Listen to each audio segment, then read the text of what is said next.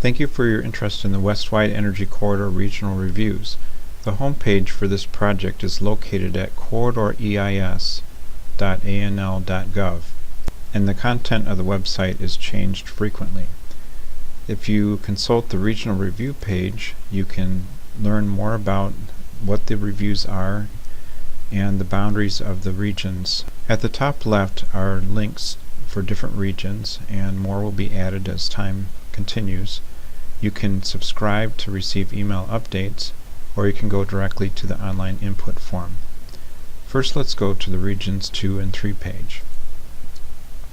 Under this page, you'll get a more detailed map of the region, followed by a chart describing the schedule and the process of reviews, and at the bottom of the page are copies downloadable of each of the abstracts for the corridors.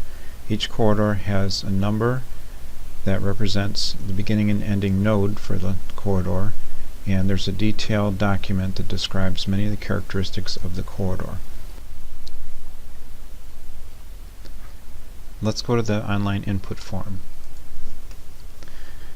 When you have input that you'd like to submit, go to this form and scroll down. First, enter your input.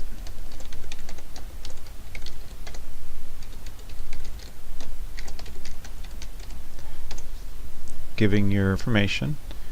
If you're submitting the information as part of an organization, you can indicate that.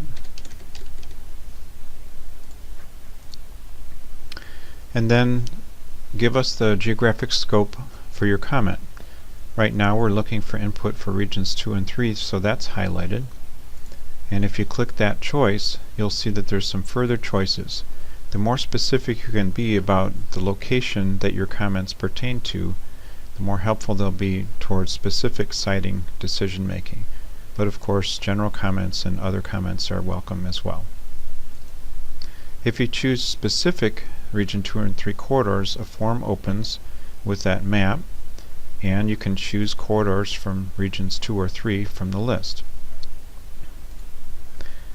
If you know the mileposts, you can specify them, but they're optional, and I'll explain more about the mileposts later in this video.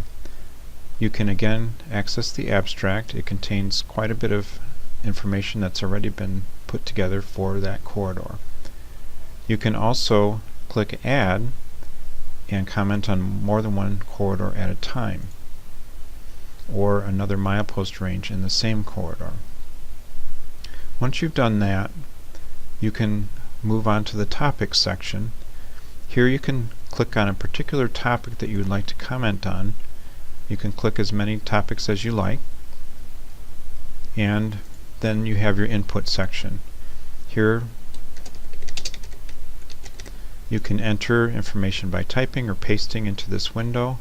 If you have a file of the types listed here, you can choose that file, browse to it, and connect it to the comment, and you can attach up to 5 attachments. Then click Submit.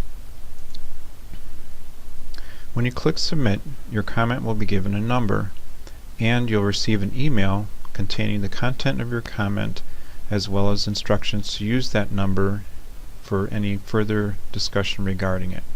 We will also use that number whenever we contact you about that comment. Let's go back to the home page.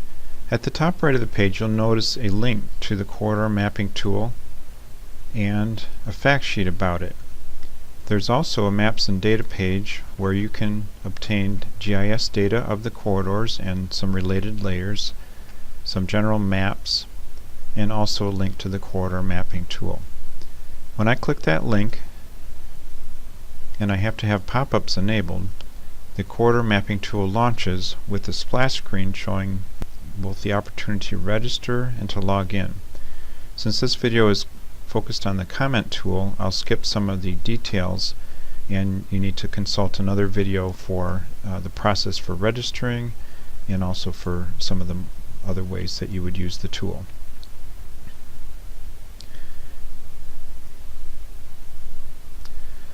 Let's zoom to a location on the map. So obviously you would choose a location of interest to you for your comment.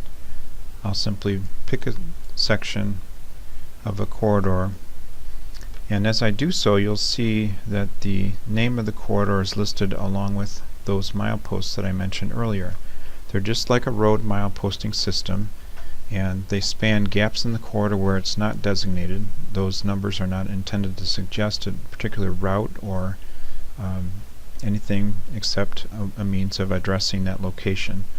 But within the corridors, the mileposts give us a very specific location that we can reference when we're talking about it. However, in this case, we can use the feedback tool and just sketch the area. Click the feedback tool, click Start Drawing, and I can choose, for example, this area to comment on. If I want to add more areas to comment on, I can continue drawing. So I'm left clicking for each of these points, and I'm double clicking to stop drawing that particular polygon. When I'm done, I click Stop Drawing in the panel and Launch Form. Now the review form opens again, and it has kept my original information that I specified, but instead of those choices I have a map with the polygons I drew. The base map will be different, but this location will be the same. From there I can specify my topics,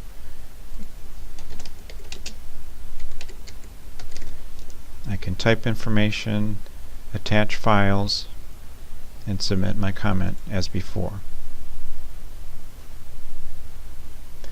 Again, the comment will be given a number. You'll receive an email, and you can use that number to reference any further discussion about that comment, and we'll also use it to track it on our side.